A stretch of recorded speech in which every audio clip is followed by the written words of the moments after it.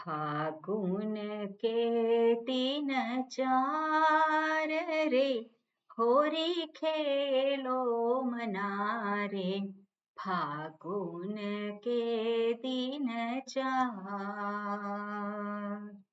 बिन करताल पखावाज बाजे।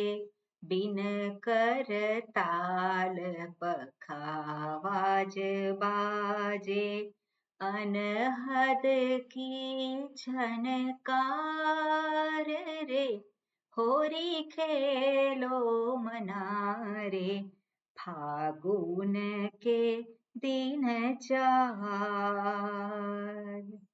बिन सुर राग 36 आलापे। बिन सुर राग 36 आलापे, रोम रोम रनकार रे। होरी खेलो मनारे, फागुन के 3 4। शील संतोष की केसर खोली। शील संतोष की केसर खोली, प्रेम की भरी पिचकार रे। होरी खेलो मनारे, फागुन के 3 4। उड़त गुलाल लाल भये बादल। उड़त गुलाल लाल भये बादल, बरसत रंग अपार रे। होरी खेलो मनारे, फागुन के 3 4। घूंघट के पट खोल गए सब।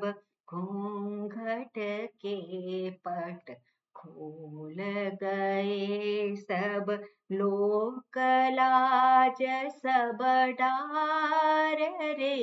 होरी खेलो मनारे, फागुन के 3 4। होली खेले प्रीतम प्यारी। होली खेले प्रीतम प्यारी, सो प्रीतम चित धार रे।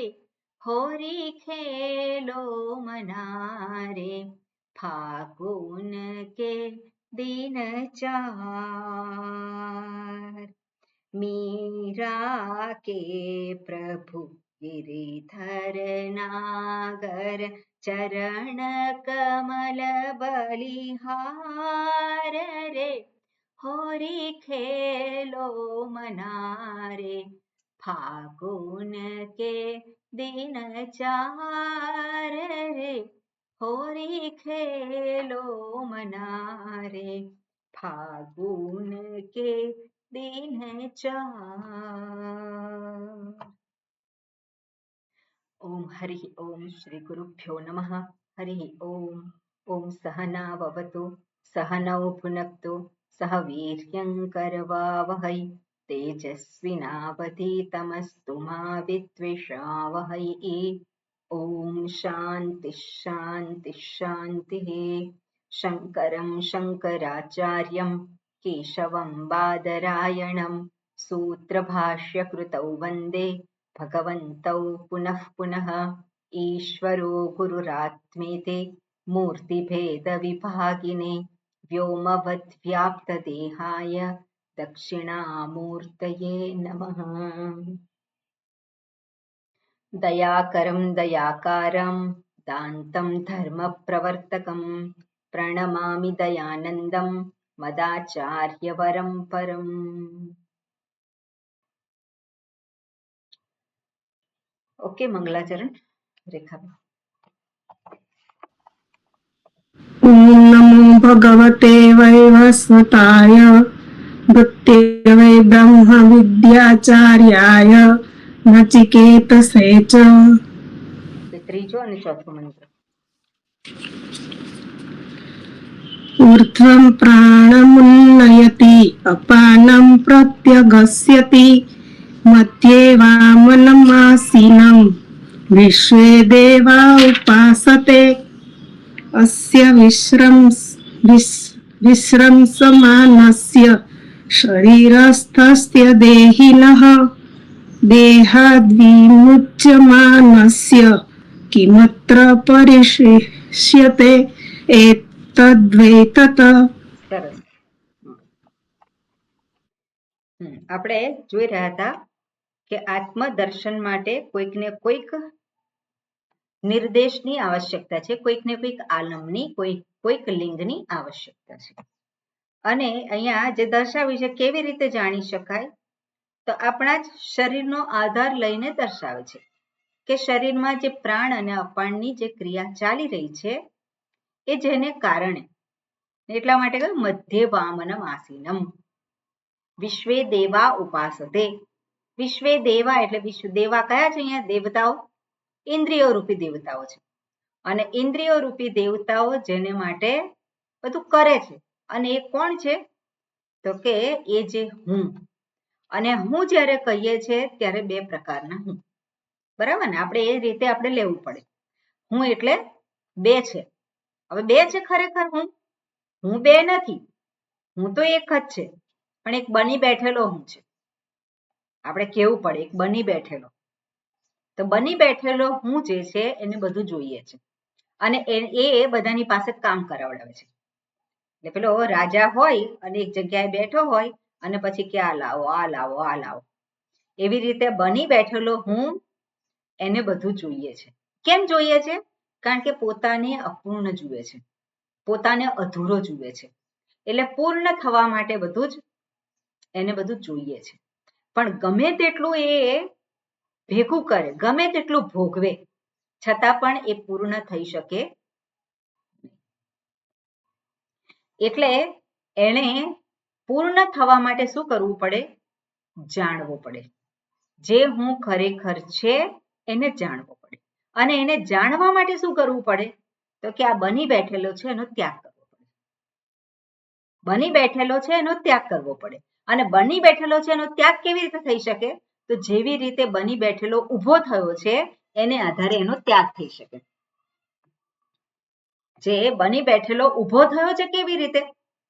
તો જે અહમ, જે અહંકાર, અહમ અને અહંકાર, તો અહંકાર કેવી રીતે ઊભો થયો છે? તો અહંકારને એક કાર મળી છે એટલે અહંકાર છે. એટલે કાર જે છે એને જાણીએ છે. અહમને પકડવો એ સરળ નથી, પણ કારને પકડવી સરળ છે. કઈ કાર છે એની? એની કાર કઈ છે અહમની? ઇન્દ્રિયો રૂપી કાર છે બધી. બીજું મોટો અહંકાર છે. બરોબર છે. ઇન્દ્રિયો ખાલી એક જ કાર છે? ના ના, 5 ઇન્દ્રિયો ને 5 કાર. ના ના, કઈ કાર બીજી? મન બુદ્ધિ. મન બુદ્ધિ એ પણ કાર છે. બીજી કઈ કાર છે મોટી કાર? મન બુદ્ધિ અહંકાર. અહંકાર માટે કાર છે, જગતના વિષય માટે કાર છે. તો કઈ કાર છે? વિષયો બધા છે. બધા વિષયો પણ ઈચ્છા, એની પોતાની ઈચ્છા દોડે. અહમને પ્રાપ્ત થઈ છે કાર. કઈ કાર પ્રાપ્ત થઈ છે રેખાબેન?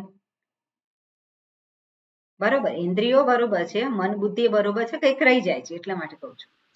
ઈચ્છાઓ ના આવે. ઈચ્છા તો ઇન્દ્રિયો દ્વારા પછી જાય છે. અવિવેકને લીધે પ્રાપ્ત થયેલી. એવું નથી. જેને આપણે ખૂબ સારી રીતે ઓળખીએ છીએ કઈ કાર છે બીજી. એ કાર ના હોય તો ઇન્દ્રિયોનો કોઈ મતલબ નથી. શરીર રૂપી કાર મળી છે. હા, શરીર રૂપી કાર. શરીર રૂપી કાર. સૌથી પહેલી શરૂઆત ક્યાંથી થાય? શરીર રૂપી કાર. એટલે હું આ શરીરમાં બેસી રહીને પેલો અહંકાર જે છે તો એને કાર મળી છે. એટલે આપણે ફરી પાછા ગોઠવાઈ ક્યાં જઈએ છે? આ શરીર સાથે. પણ અહમને કાર મળી છે એટલે શું છે? અહમ જે શુદ્ધાત્મા છે એને કાર મળી ગઈ. કઈ કાર મળી ગઈ? આ શરીર રૂપી કાર મળી ગઈ. અને શરીર રૂપી આ સ્થૂળ શરીર રૂપી કાર મળી એની સાથે સૂક્ષ્મ શરીર પણ આવી જાય. એટલે સૂક્ષ્મ શું છે?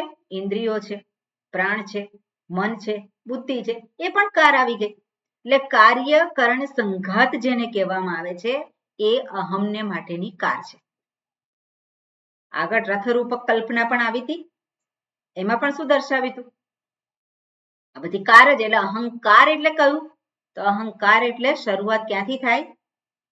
સ્થૂળ શરીર, જેને હું તરીકે ઓળખું છું. બરાબર ને? તો સ્થૂળ શરીર જે છે એ હું છું. સ્થૂળ શરીર એ હું છું. તો આપણે શું કહેવું પડે? ના, હું નથી. એટલે એ કારનો શું કર્યો આપણે? નિષેધ કર્યો. ઇન્દ્રિયોનો હું ઇન્દ્રિયો છું તેનો નિષેધ કર્યો. ઇન્દ્રિયોનો નિષેધ કર્યો, અહમનો નહીં. અહમનો નિષેધ નથી કરવાનો. નિષેધ શેનો થઈ શકે? જેને આપણે ગણ્યું છે, અહમની સાથે ચોંટાડ્યું છે. શું ચોંટાડી દીધું? આ શરીર, એની સાથે એ થઈ ગયું. ઇન્દ્રિય, મન, બુદ્ધિ એની સાથે જોડાઈ ગયું અને અહંકાર ઉભો થયો. તો અહંકારમાંથી મુક્ત થવા માટે શું કરવાનું? અહમને છોડવાનો. અહમને છોડવાનો. અહમ છૂટે કેવી રીતે? અહમ કેવી રીતે છૂટે? એટલે આપણે આ બધો વિચાર કરી અને આપણી જે માન્યતાઓ જે છે એમાંથી આપણે મુક્ત થવું જોઈએ. સામાન્ય રીતે અહમને છોડો, અહમને છોડો, અહમને છોડો. તો એ અહમને છોડો, અહમને છોડો પેલું મગજમાં ગોઠવાઈ ગયું હોય. એટલે છોડવાનું કોને? અહમને છોડવાનું. અહમ છૂટે જ નહીં. કેવી રીતે છૂટે? જે હું કહું છું કેવી રીતે છૂટે? હું ના છૂટે. જે છૂટવા જેવું હોય એ છૂટે. વળગ્યું છે શું? એટલે કાર જે છે એ આવી ગઈ છે અહમની સાથે. અહમની સાથે શું આવી ગયું છે? કાર આવી ગઈ છે. કઈ કાર છે? આ શરીર રૂપી કાર અને એની સાથે ઇન્દ્રિયો રૂપી કાર. તો છોડવાનું શેને છે? ત્યાગ શેનો કરવાનો છે? ત્યાગ શેનો અને કોણે કરવાનો? શુદ્ધાત્માએ ત્યાગ કરવાનો. એવું છે? શુદ્ધાત્માએ ત્યાગ કરવાનો. તો કોણે ત્યાગ કરવાનો? આ શરીરે ત્યાગ કરવાનો, ઇન્દ્રિયો ત્યાગ કરવાનો. કોણે ત્યાગ કરવાનો? અહમે ત્યાગ કરવાનો. જે અનુભવ સિદ્ધ હું જેને કહું છું એ જે છે એને ત્યાગ કરવાનો છે ને એની કારનો ત્યાગ કરવાનો. પેલો કારનો માલિક હોય એ શેનો ત્યાગ કરે? હુંનો ત્યાગ કરે કે કારનો ત્યાગ કરે? કોનો ત્યાગ કરે? જ્યારે પેલી કાર બેકાર થઈ જાય તો શેનો ત્યાગ કરે? પોતે મરી જાય. એવું છે? આ એનો ત્યાગ કરી દેવું ના હોય. પેલો હું જે છે એ તો નવું પાછું. એટલે જીવાત્મા શું કરે છે? અહંકાર. આ શરીર ખલાસ થઈ જાય ફરી પાછું નવું શરીર. તો કોનો ત્યાગ કરવાનો છે? ત્યાગ જે છે જેને કાર આપણે કહીએ છીએ એનો. કઈ કાર છે? આ શરીર રૂપી, ઇન્દ્રિય રૂપી કાર. કેવી રીતે ત્યાગ કરાય એનો? કેવી રીતે ત્યાગ? મૃત્યુ થાય ત્યારે જ છૂટે.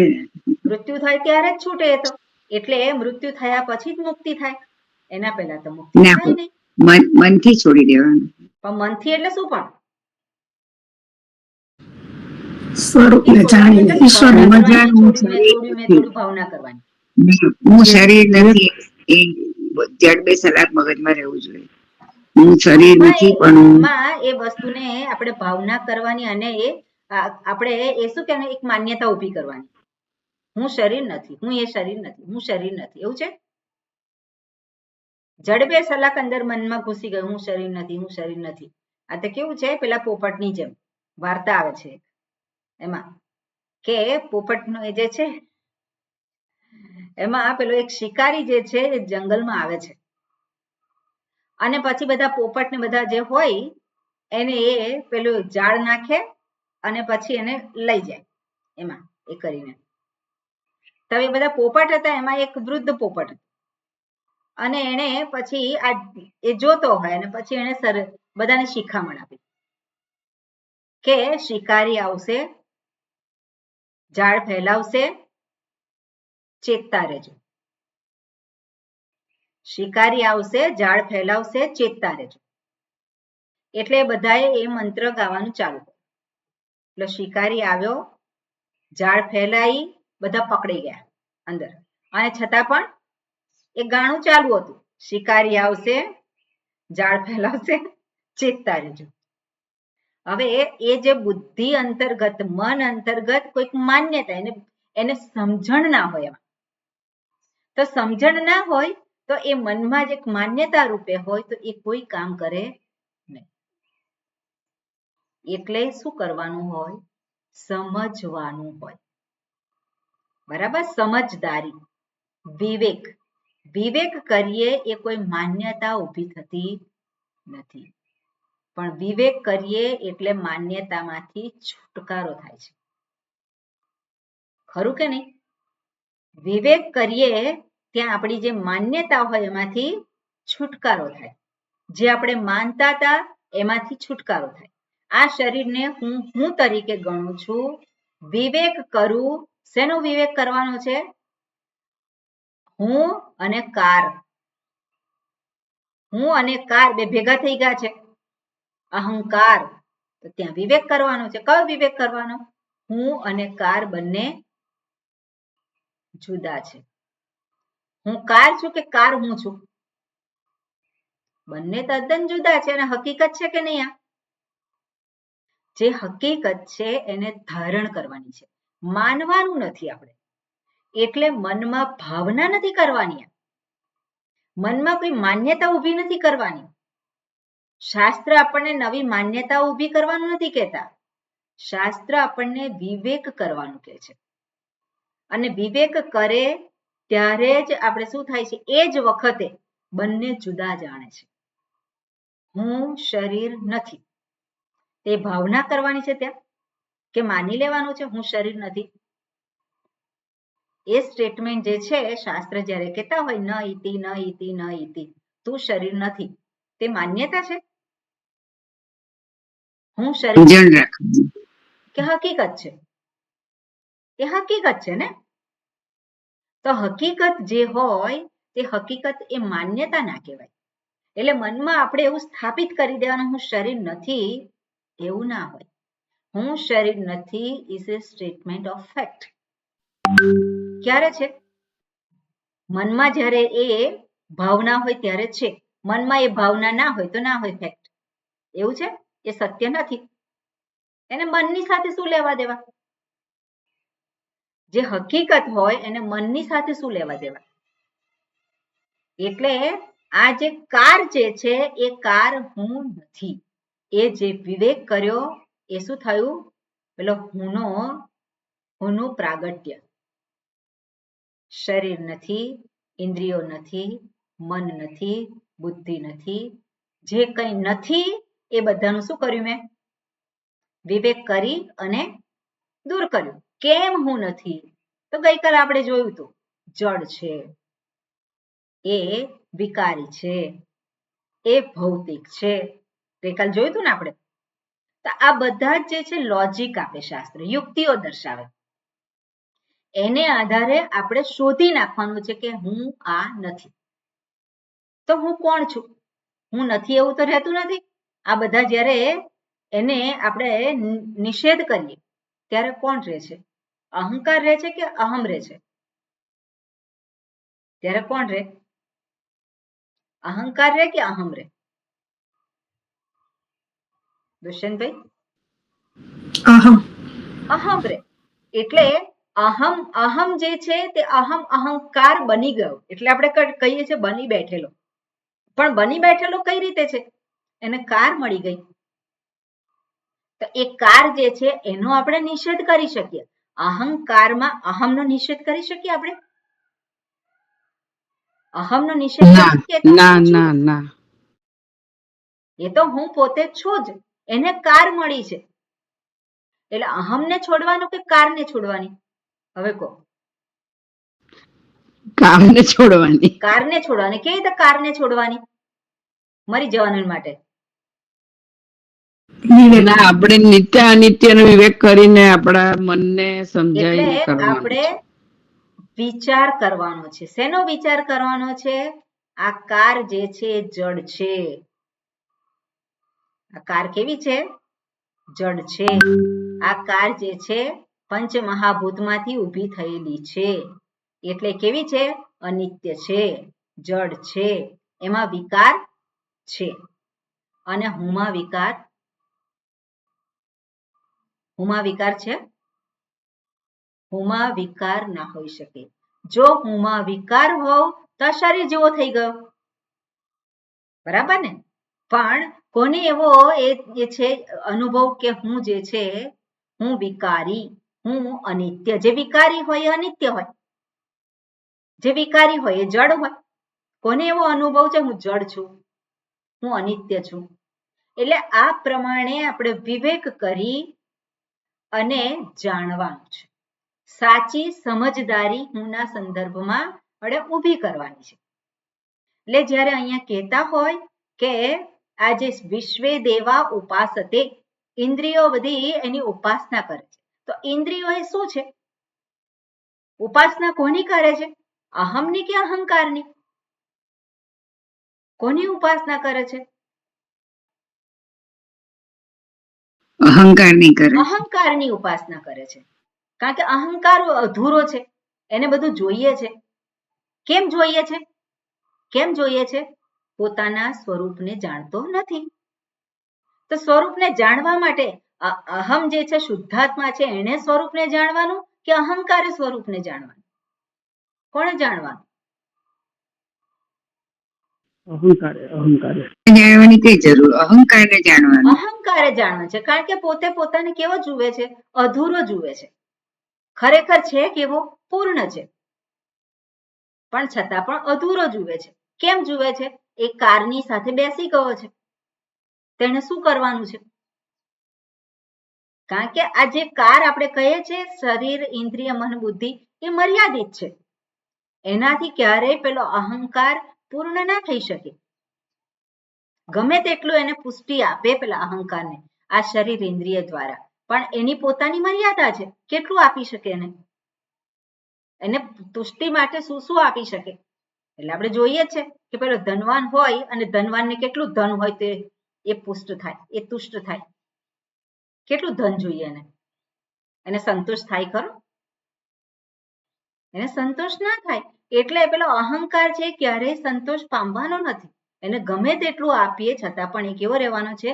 એ અપૂર્ણ જ રહેવાનો છે. તે અહંકારે પૂર્ણ થવું હોય તો કરવાનું શું? એને કારને છોડવાની. કઈ રીતે કારને છોડવાની છે? વિવેક થકી. શું વિવેક કરવાનો છે? હું આ બધી કાર નથી. શરીર રૂપી કાર જે છે એ હું નથી. કારણ કે શરીર કેવું છે? જડ છે, વિકારી છે, એ હું નથી. એટલે છોડવાની. એટલે કઈ રીતે છોડવાની છે? વિવેક કરવાનું છે. એટલે શાસ્ત્રની આખું જે છે એ વિવેક ઉપર રહેલું છે. શાસ્ત્ર શું શીખવાડે છે આપણને? જે સત્ય આપણે જાણવાનું છે, કઈ રીતે જાણવાનું છે? વિવેક થકી. અને એટલે અહીંયા આ પ્રમાણે દર્શાવ્યું છે, બરોબર? પછી આગળ જે આપણે જોઈ રહ્યા હતા આગળના મંત્રમાં, અસ્ય વિશ્રમસમાનસ્ય શરીરસ્થસ્ય દેહિનઃ. તો પ્રાણ અને અપાનની જે કંઈ ક્રિયા થઈ રહી છે, તો પ્રાણ આ શરીરને છોડીને જાય છે. તો પ્રાણ આ શરીરને છોડીને જાય છે ત્યારે આ શરીરમાં શું રહે છે? કાંઈ રહેતું નથી. પાછળ શું રહે છે? કાંઈ રહેતું નથી. એટલે પ્રાણ જ્યારે આવે છે અને ત્યારે આ શરીરમાં બધું જ જાણે કે આવે છે. એટલે શું આવે છે? ચેતનતા આવે છે. એટલે પ્રાણ જાય છે એની સાથે શરીરમાંથી ચેતનતા પણ જતી રહે છે. પ્રાણ આવે છે એની સાથે ચેતનતા આવે છે. એટલે આ પ્રમાણે અહીંયા એક આર્ગ્યુમેન્ટ પણ કર્યો કે પ્રાણને જ આત્મા કેમ નહીં કહેવાનું? પ્રાણને જ આત્મા કહેલો છે. જ્યારે પેલો વ્યક્તિ કહે છે પ્રાણ ગયા અને પછી કંઈ રહેતું નથી, તો એ શું છે? એ પ્રાણને આત્મા તરીકે જુએ છે. ગઈકાલે આપણે જોઈ રહ્યા હતા. પ્રાણ જ્યારે અંદર આવે ત્યારે એ ચેતનતા આવે છે, ત્યારે બધું આવે છે. પણ ખરેખર જે ચેતનતા, ચૈતન્ય આપણે કહીએ છીએ, જે કે આત્મા જે છે એ તો સર્વવ્યાપક છે. અને સર્વવ્યાપક હોય એ પ્રવેશ કરે અને એ નીકળી જાય એવું હોય ખરું? એ હોઈ શકે નહીં. એટલે પ્રાણ જે છે એ પ્રાણ એ અંદર પ્રવેશ કરે છે, પણ પ્રવેશ કરે છે કઈ રીતે પ્રવેશ કરે છે? પ્રાણ પ્રવેશ કરે છે તો કઈ રીતે? જે પ્રાણની અભિવ્યક્તિ થાય છે. આપણે શું કહેવું પડે? પ્રાણની અભિવ્યક્તિ છે. આ શરીરમાં પ્રાણની અભિવ્યક્તિ થાય છે. અને જ્યારે પ્રાણ જતા રહે આપણે કહીએ છીએ ત્યારે પ્રાણ ત્યાં એની અભિવ્યક્તિ નથી રહેતી. અને પ્રાણ જે છે એ ચેતનવાન. કેવી રીતે ચેતનવાન બન્યા પ્રાણ? એની મેળે ચેતનવાન બની ગયા એવું છે? ત્યાં ચેતનવાન બન્યા છે. કેમ? આત્મ સ્વરૂપ, ચૈતન્ય સ્વરૂપને કારણે પ્રાણ ચેતનવાન બન્યા છે. હવે પ્રાણને જો આત્મા તરીકે લઈએ તો એ ચેતનવાન છે. પ્રાણને આત્મા તરીકે લઈએ, પણ જો પ્રાણને અભિવ્યક્તિને આધારે લઈએ, અભિવ્યક્તિ એટલે આ શરીરમાં ક્રિયાશક્તિ રૂપે જે અભિવ્યક્ત થાય છે. ક્રિયાશક્તિ એટલે શું છે? આપણે કંઈ કર્મ કરીએ કે ના કરીએ અને છતાં પણ અંદર બધી ક્રિયાઓ તો થાય છે કે નહીં? આપણે કરીએ કે હાથથી, કર્મેન્દ્રિયોથી કરીએ કે ના કરીએ, છતાં પણ અંદર તો શરીરમાં બધી ક્રિયાઓ થાય છે. તો એ ક્રિયાઓ જે છે શું છે? એ પ્રાણની અભિવ્યક્તિ છે. તો એ પ્રાણની અભિવ્યક્તિને આધારે જ્યારે જોવામાં આવે ત્યારે 5 પ્રાણ જેને કહ્યા છે. તો એ 5 પ્રાણ એ પોતે ચૈતન્ય સ્વરૂપ ન કહેવાય. અભિવ્યક્તિ છે એમાં ચૈતન્ય સ્વરૂપ હોઈ શકે નહીં. એ અભિવ્યક્તિ માત્ર છે. પણ એ અભિવ્યક્તિ જ્યારે થઈ છે તો શેમાંથી આવ્યો ચેતનતા? તો ચૈતન્ય સ્વરૂપ આત્મામાંથી આવ્યું. બરાબર? એટલે અભિવ્યક્તિ અને સ્વરૂપને આધારે બંને રીતે આપણે જોવાનું કે આત્મ સ્વરૂપ જે ચૈતન્ય સ્વરૂપ છે એને પણ પ્રાણ તરીકે ઓળખી શકાય. પણ જ્યારે એને પ્રાણ તરીકે ઓળખીએ તો એનો અર્થ એવો નહીં કે અભિવ્યક્તિ. બરાબર? જ્યારે પ્રાણને આત્મા તરીકે, આત્માની સાથે ગોઠવીએ કે આત્મા તરીકે જોઈએ, ચૈતન્ય તરીકે જોઈએ, ત્યારે ત્યાં અભિવ્યક્તિ જે છે એને આપણે કહી શકીએ નહીં આત્મા. પણ આપણે જોઈએ એટલે આ જે આર્ગ્યુમેન્ટ છે એને આધારે આપણે આ પ્રમાણે કહેવું પડે. એટલે જે પ્રાણ જે છે એ જ આત્મા છે એવું ઘણા બધા માને છે. અને મોટા ભાગના લોકો શું માને છે? પ્રાણ ગયા અને પછી એટલે આ વ્યક્તિનું મૃત્યુ થયું. પ્રાણ આવ્યા અને પેલો ચેતનવાન બન્યો. એટલે આ જે શું છે? પ્રાણનો ધર્મ છે. એટલે પ્રાણ એ જ આત્મા છે અને આત્મામાં ચેતનતા છે. જે સાંખ્યવાદી અથવા સાંખ્યવાદી નહીં, વૈશેષિક જે છે એ આ પ્રમાણે કહે છે કે ચેતનતા એ આત્માનો ગુણ છે. બરાબર? આ પ્રમાણે આપણે જોયું હતું. અને ક્યાં સુધી આપણે વાત થઈ હતી? ઓકે, વિશ્રમસન શબ્દાર્થમ આહ એ આપણે જોયેલું હતું. છેલ્લો પેરેગ્રાફ બાકી છે. આપણે મને લાગે છે હવે આખો મંત્ર થઈ ગયેલો છે. ઓકે, આપણે અહીંયા ત્યાંથી વાંચું છું. વિશ્રમસન શબ્દાર્થમ આહ. તો વિશ્રમસન એટલે શું છે? દેહાદ વિમુચ્યમાનસ્ય. દેહમાંથી જ્યારે પ્રાણ જતા રહે છે ત્યારે કિમત્ર પરિશિષ્યતે, શું બાકી રહે છે? તો પ્રાણાદિ કલાપે ન કિંચન પરિશિષ્યતે. પ્રાણાદિ કલાપે એટલે આ જે અભિવ્યક્તિ છે પ્રાણ અપાનની, એ બધું કંઈ રહેતું નથી.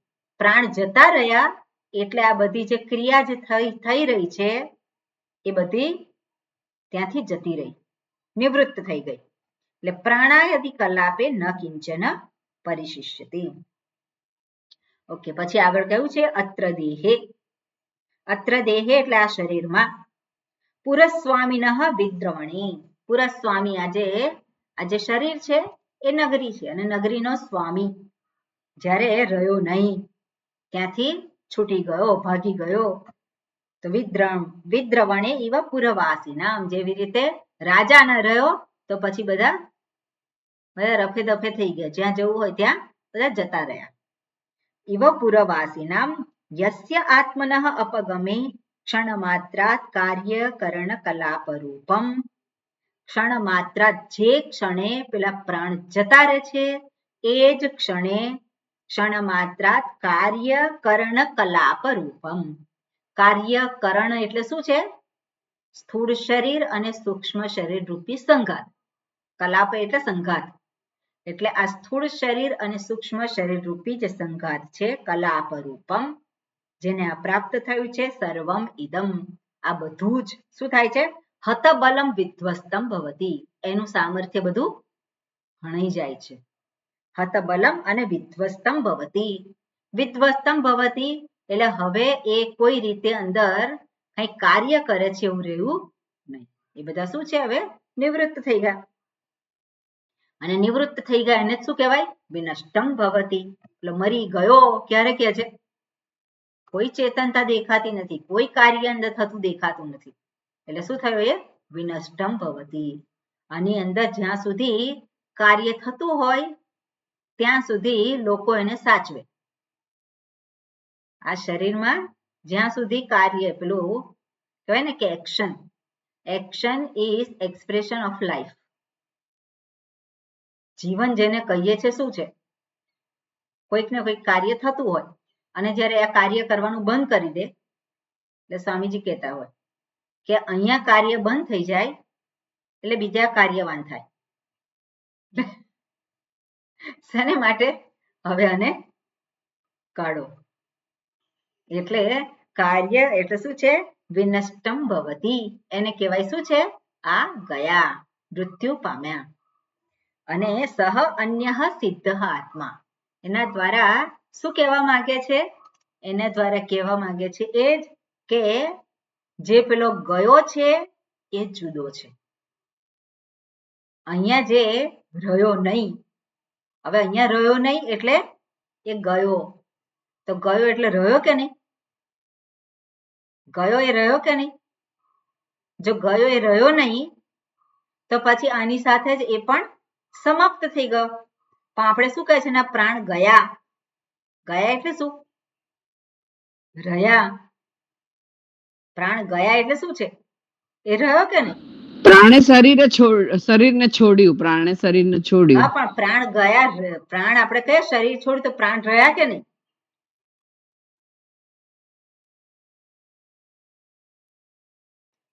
પ્રાણ રહ્યા કે ગયા? શરીરમાં ના રહ્યા પણ પ્રાણ તો રહે છે જ કાયમ. પ્રાણ તો રહ્યા જ છે, શરીર ગયું. શરીર ગયું, કોઈ ચેતના દેખાતી નથી, એટલે એનું શું થાય? પંચ મહાભૂતમાં એને ફરી પાછું જેમાંથી ઉત્પન્ન થયું છે એમાં એને ફરી પાછું ડિસ્પોઝ. પણ પ્રાણ જે છે જે ગયા કહીએ છે, તો ગયા એ તો રહ્યા. અને રહ્યા શેને માટે રહ્યા? બીજું ઘર ગોતવા, અન્ય ઘર ગોતવા માટે. એટલે ત્યાં ગયા, પાછા ગયા ખરા, ત્યાંથી ભોગવવા માટે, બીજા કર્મના હિસાબ ચૂકવવા માટે ગયા. એટલે કર્મના હિસાબ તો બરોબર છે, પણ એને ઈચ્છાઓ છે કે નહીં? એટલે એના સંસ્કાર વગર ખાલી કર્મ ભોગવે છે એવું નથી, એને બધી ઈચ્છાઓ છે. એટલે ફરી ઈચ્છાઓની પૂર્તિ માટે શરીર ધારણ કરે છે અને પછી ભોગ ભોગવે છે અને ફરી પાછું યાત્રા શરૂ કરે છે. હું ક્યારેક તૃપ્ત થઈ જઈશ, પણ ફરી પાછો અધૂરો જ રહે છે અને અધૂરો પાછો જાય છે. એ પ્રમાણે પેલો પ્રાણ જે છે ગયા આયા, ગયા રામ આયા રામ કેવું છે? એને ચેન નથી. ક્યારે ચેન પડે? ક્યારે ચેન પડે? સ્વરૂપને ઓળખે ત્યારે જ એની યાત્રા બંધ થઈ શકે. એ વગર એની યાત્રા બંધ થાય નહીં. ઓકે, હવે અહીંયા જે વાત કરી છે એમાં આક્ષેપ આપ્યો છે. આગળ જે ભાષ્યમાં છે એની અંદર આક્ષેપ દર્શાવેલો છે. પેલો કહે છે કે આ પ્રાણ જે છે એ જ આત્મા છે, પ્રાણને જ આત્મા ગણે છે. અને પ્રાણ નીકળી જાય છે તો આ શરીરમાં પણ કંઈ રહેતું નથી. એટલે પ્રાણ એ આત્મા છે. અને કેમ એવું કહે છે તો એનો અહીંયા આક્ષેપ તરીકે દર્શાવે છે. ઓકે, હા, એનું વાંચો. હા, દુષ્યંતભાઈ. સ્યાત મતમ સ્યાત મતમ પ્રાણાપાનાદિ અપગમાત એવ પ્રાણાપાનાદિ અપગમાત એવ ઇદમ વિધ્વસ્તમ ભવતી ઇદમ વિધ્વસ્તમ ભવતિ નતુ નતુ તદ્વ્યતિરિક્ત આત્મા અપગમાત તદ્વ્યતિરિક્ત આત્મા અપગમાત પ્રાણાદિભિઃ એવ હિ પ્રાણાદિભિઃ એવ હિ મર્ત્યઃ જીવતિ ઇતિ. મર્ત્યઃ જીવતિ ઇતિ. ઓકે, પેલો જે આક્ષેપ કરતો હતો એ કે આ પ્રાણ જે છે એ જ આત્મા છે. તો અહીંયા શંકરાચાર્યજી આક્ષેપ જે છે એનો જવાબ આપે છે. એ કે સ્યાત મતમ, તમારો જે મત છે રહેવા દો, તમે કઈ વાંધો નહીં, પણ તમારા મતને આધારે આપણે આગળ વાત કરીએ. સ્યાત મતમ પ્રાણાપાનાદિ અપગમાત એવ વિધ્વસ્તમ ભવતિ. શું છે તમારો મત? તમારો મત એવો છે કે પ્રાણ અપાન વગેરે જે છે એનું શું છે? પ્રાણ અપાનાદિ અપગમાત એવ ઇદમ વિધ્વસ્તમ ભવતિ. આ પેલો ગયો આપણે કહીએ છીએ પ્રાણ, તમે કહો છો, તો એ પ્રાણ અપાનની જે અભિવ્યક્તિ જે છે એ હવે રહી નહીં. જે અભિવ્યક્તિ જે છે એને જ તમે કહો છો કે હવે પ્રાણ ગયા. તમે જેને કહો છો કે પ્રાણ ગયા એ શેને કહો છો? આ શરીરમાં એની અભિવ્યક્તિ રહી નહીં, એટલે એને કહો છો કે પ્રાણ ગયા. એ તો એને જ કહે છે આત્મા તરીકે. જે બીજો કહે છે વૈશેષિક, એ કોને ગણે છે આત્મા? પ્રાણને જ ગણે છે. અને પ્રાણ એટલે શું છે? એને ગણે છે એટલે અહીંયા જે અભિવ્યક્ત થઈ રહ્યો છે જે ચેતનતા રૂપે, એ હવે રહ્યું નહીં, એ ગયા. તો વિધ્વસ્તમ ભવતિ નતુ તદ્વ્યતિરિક્ત આત્મ અપગમાત.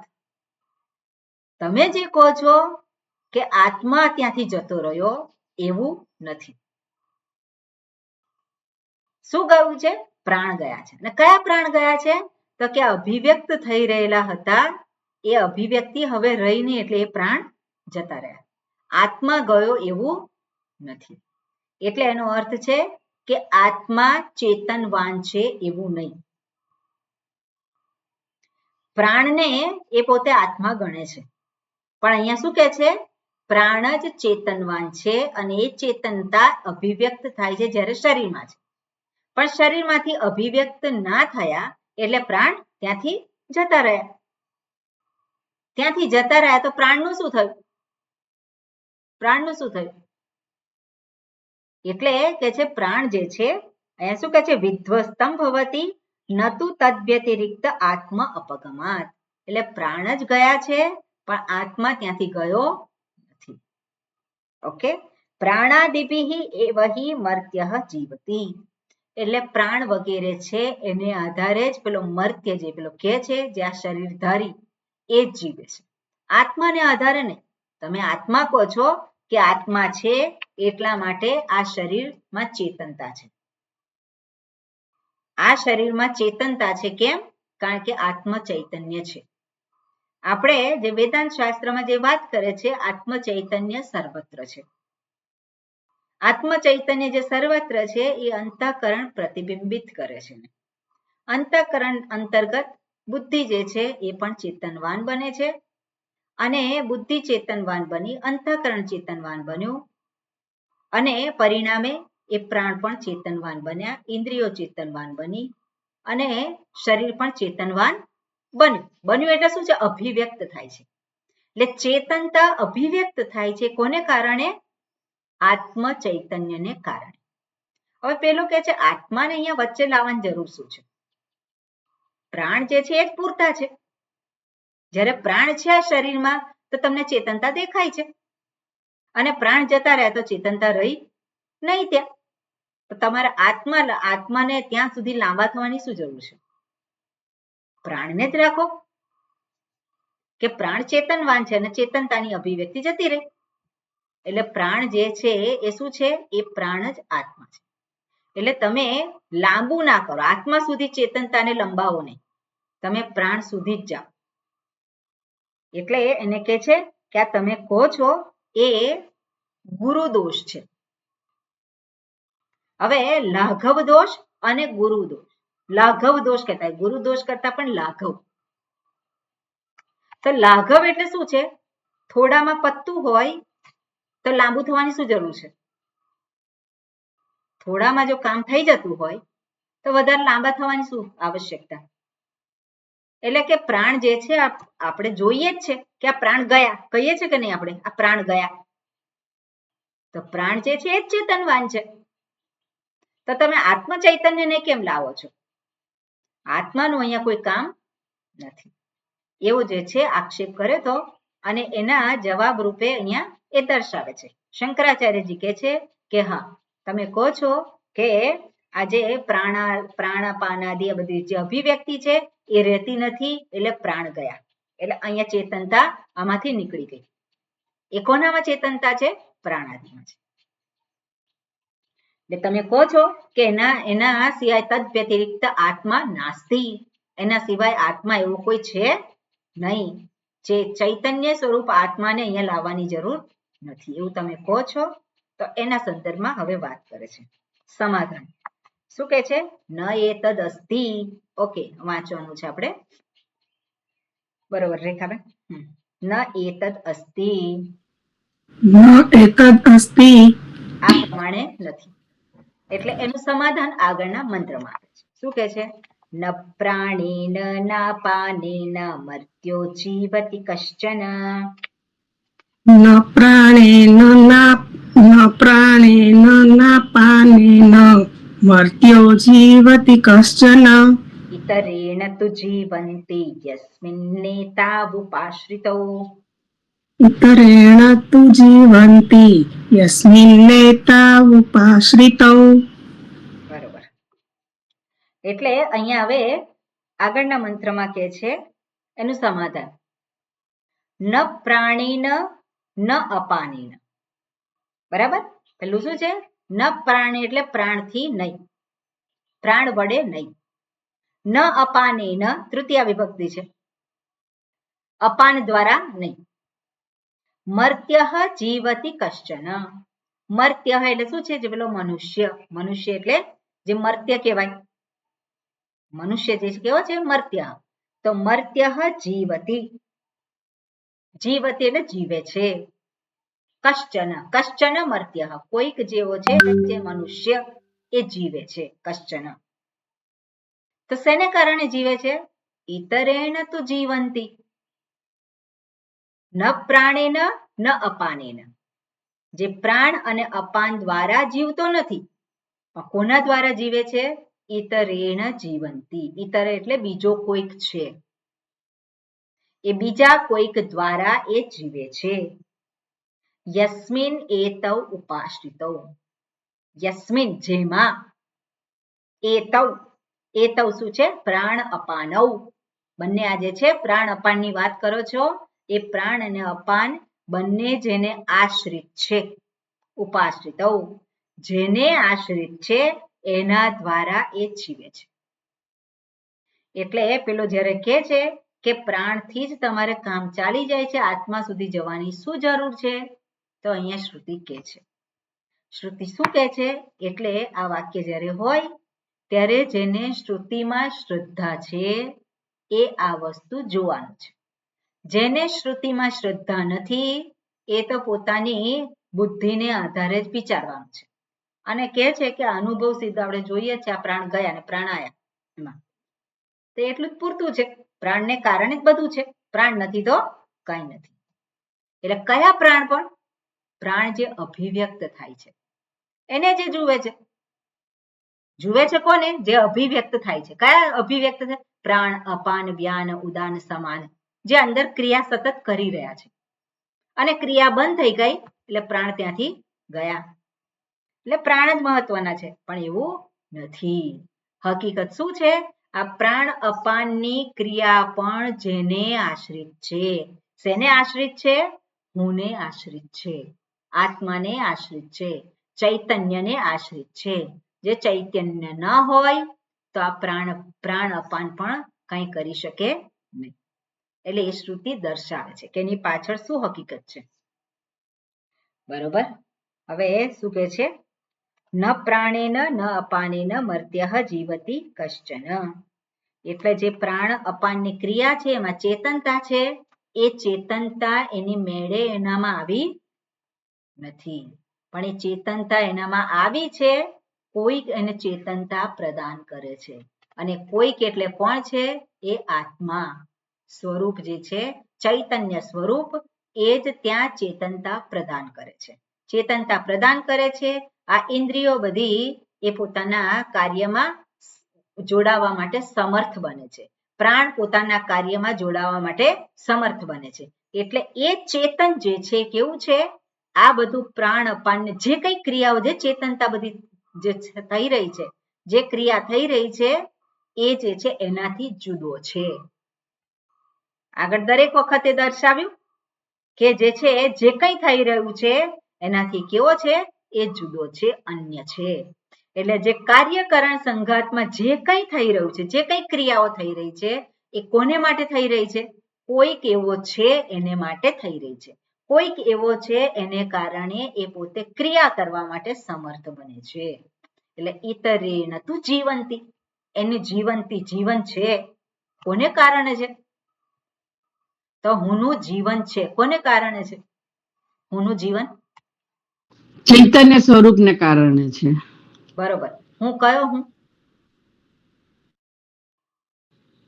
જેણે આ શરીર રૂપી જાણી તો હું એ આત્માને લીધે જીવે છે. એને શું કહેવાય કે જાણીતો શરીર હું, જેણે આ કાર્યકરણ સંઘાતને જે હું તરીકે ગણ્યો છે, એ જે આપણે અહંકાર, એ અહંકાર છે એને જાણવાનું છે. એ જીવે છે કોને કારણે? ચૈતન્ય સ્વરૂપ હુંને કારણે. પણ ચૈતન્ય સ્વરૂપ હુંને કારણે હું નથી જીવતો. જીવે છે કોણ? પેલી કાર. કારમાં શું સામર્થ્ય થયું? અહમ જે તો બની બેઠેલો છે ને, શરીર રૂપી કાર. જે અહંકાર કહીએ છે એ કારને બધું મળી ગઈ અને ઉર્જા મળી, બધું બળતા, જે આપણે કહીએ ને કે ફ્યુઅલ, તો ફ્યુઅલ બધું ક્યાંથી મળ્યું? ચેતનતા એને ક્યાંથી મળી? ચેતનતા જે મળી છે, હું જે સ્વરૂપ છે, ચૈતન્ય સ્વરૂપ હું, અને એને ચેતનતા પ્રદાન કરી આ બધી કારને, આ બધા એને, અને એને ચેતનતા પ્રાપ્ત થઈ, એની સાથે ગોઠવાઈ ગયો. હું આ છું, હું જડ નથી. પણ જડ નથી કે ત્યારે કોને ગણે છે? આ કારને જ હું ગણે છે. ચૈતન્ય સ્વરૂપ હું નથી દેખાતો એને, પણ એ જાણો ચૈતન્ય સ્વરૂપ એ કેવો છે? જુદો છે, અન્ય છે. આ કારની સાથે ગોઠવાયેલો છે એ નહીં. એટલે એ જુદો છે આના કરતા. એ વસ્તુ અહીંયા કહેવા માંગે છે. બરોબર. એટલે જ્યારે પણ પ્રાણ અપાનની અથવા તો આ બધી ક્રિયાઓ ચાલી રહી હોય ત્યારે આપણે જાણવાનું કે આ કોઈકને કારણે છે. અનુભવ જે છે, અનુભવ જે કંઈ થતો હોય એ અનુભવ સિદ્ધ હું જ્યારે કહીએ છીએ આપણે, તો અનુભવ કોને થાય છે? શુદ્ધાત્માને થાય છે કે અહંકારને થાય છે? અહંકાર. અનુભવ બધા અનુભવ કરનારો હું આપણે કહીએ છીએ. તો અનુભવ એ શરીર, ઇન્દ્રિય, મન, બુદ્ધિ દ્વારા થાય છે. ક્યાં થાય છે અનુભવ? મનમાં થાય છે. આ જે શરીર છે ત્યાં થાય છે અનુભવ. એટલે એને અનુભવ કરનારો અને અનુભવનું ક્ષેત્ર બંને કોણ છે? એ પેલો અહંકારમાં જ સમાહિત છે. પણ ત્યારે જ જાણવાનું છે, અનુભવ થઈ રહ્યો છે ત્યારે જાણવાનું કે અનુભવ જે થઈ રહ્યો છે એની પાછળનો પરિબળ જે છે તો કોઈક છે. કોઈક એટલે શું? કોણ છે? એ હું જ છું. પણ હું કોણ? ચૈતન્ય સ્વરૂપ. હું સાંભળું છું. તો હું સાંભળું છું, હું કયો? હું ચૈતન્ય સ્વરૂપને આધારે, હું જે ચૈતન્ય સ્વરૂપ છે એ નથી સાંભળતો. ચૈતન્ય સ્વરૂપની હાજરીમાં સંભળાય છે. પછી વાક્ય બદલાઈ જાય. હું સાંભળું છું ના રે, કારણ કે ચૈતન્ય સ્વરૂપ મને આઈ જાય, બધાને મને. આપે છે. આ બધાને આપે છે, હુંને નહીં. પેલો અહંકાર નહીં, અહંકાર તો ઉભો થયેલો છે. એટલે ચૈતન્ય સ્વરૂપ હુંની હાજરીમાં સંભળાય છે, સમજાય છે, દેખાય છે. આ શ્વાસોચ્છ્વાસની ક્રિયા થઈ રહી છે, બરોબર ને? અને એને કહેવાય જ્ઞાન. એને શું કહીએ આપણે? જ્ઞાન કહીએ. હવે આમાં માની લેવાનું છે કશું? આમાં કશું માની લેવાનું છે? એટલે વિવેક કરવાનું છે. જ્યાં સુધી આપણે ન જાણીએ ત્યાં સુધી આપણે વિવેક કરવાનો. એટલે આપણે ભાવ કરવાનો એવું નથી. હું અસંગ છું એ અસંગ ભાવ રાખો, ભાવ નથી રાખવાનો. હકીકત છે હું અસંગ છું, હકીકત છે હું ચૈતન્ય સ્વરૂપ છું. અને એ વસ્તુને વારંવાર જોવાની. અને એ વસ્તુ અહીંયા દર્શાવે છે. ઓકે, ભાષ્યમાં શું કહે છે આપણે જોઈ લઈએ. હા, હર્ષાબેન.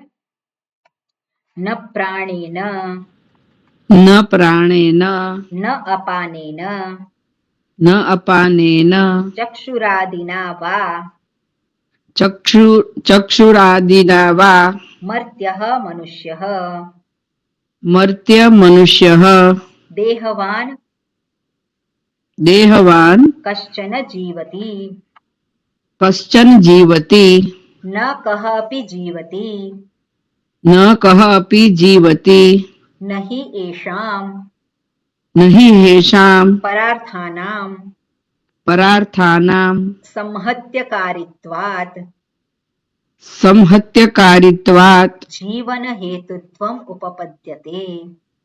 જીવન હેતુત્વમુપપદ્યતે. ઓકે, આટલું આપણે જોઈએ. એમાં શું કહે છે?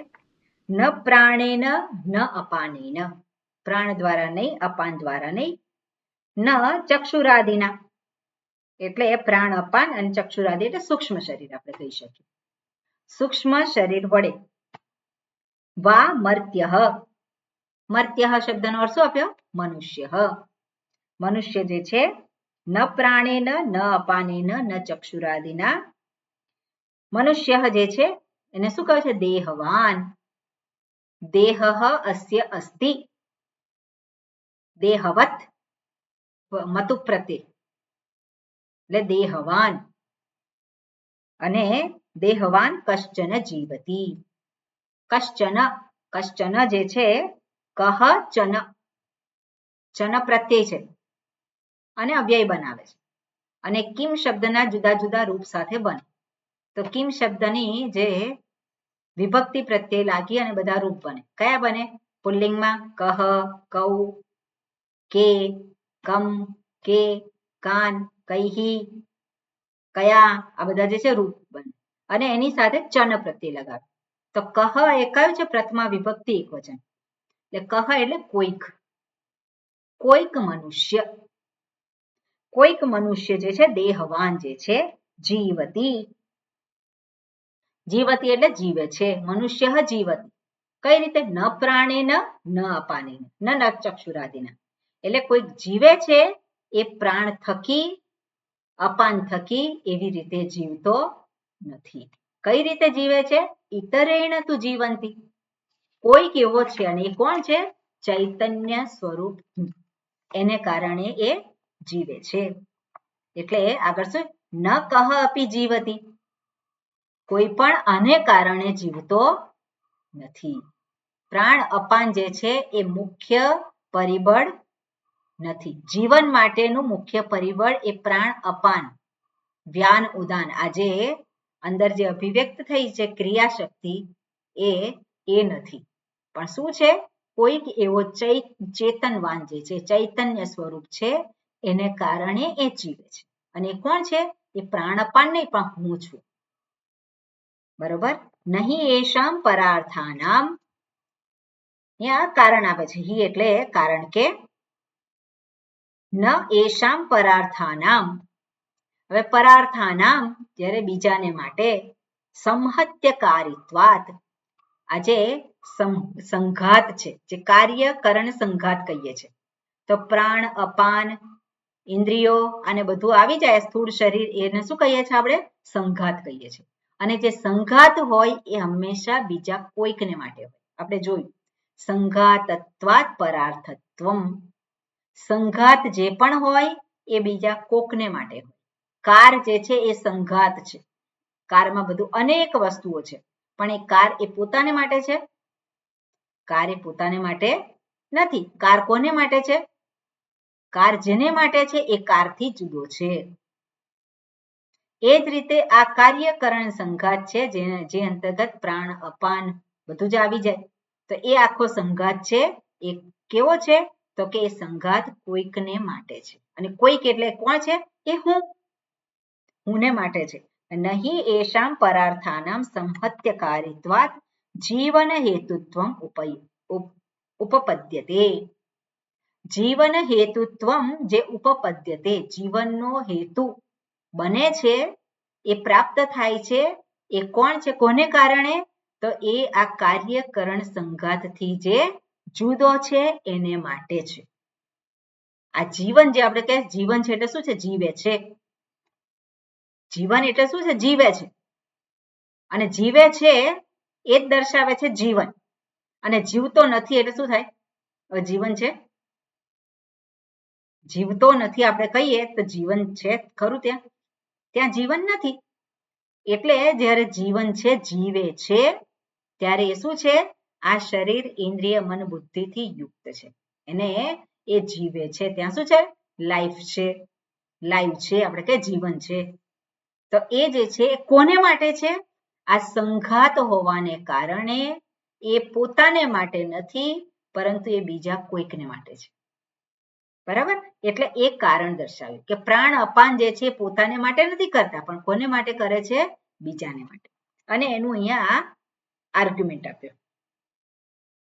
ઓકે, હવે આગળ પાછું કહે છે કે આગળ ઉદાહરણ આપે છે અને એમાં શું કહે છે? ઓકે, જોઈએ, વાંચીએ તો ખરા આપણે. હા, રેખાબેન. સ્વાર્થેન અસંહતેન પરેણ પરેણ કેનચિત અપ્રયુક્તમ સંહતાનામ અવસ્થાનમ ન દૃષ્ટમ યથા ગૃહાદીનામ લોકે. એટલે આ વસ્તુને ઉદાહરણ દ્વારા દર્શાવે છે કે ઘર પેલા એ બનાવ્યું, તો ઘર એ ઘર માટે છે કે બીજા કોક માટે છે? કારણ કે ઘર જે છે સંઘાત એટલે શું છે? એમાં અનેક વસ્તુઓ છે. કેટલાય લોકોને ભેગા કરી ત્યારે ઘર બને. એક વ્યક્તિ ઘર ના બનાવી શકે.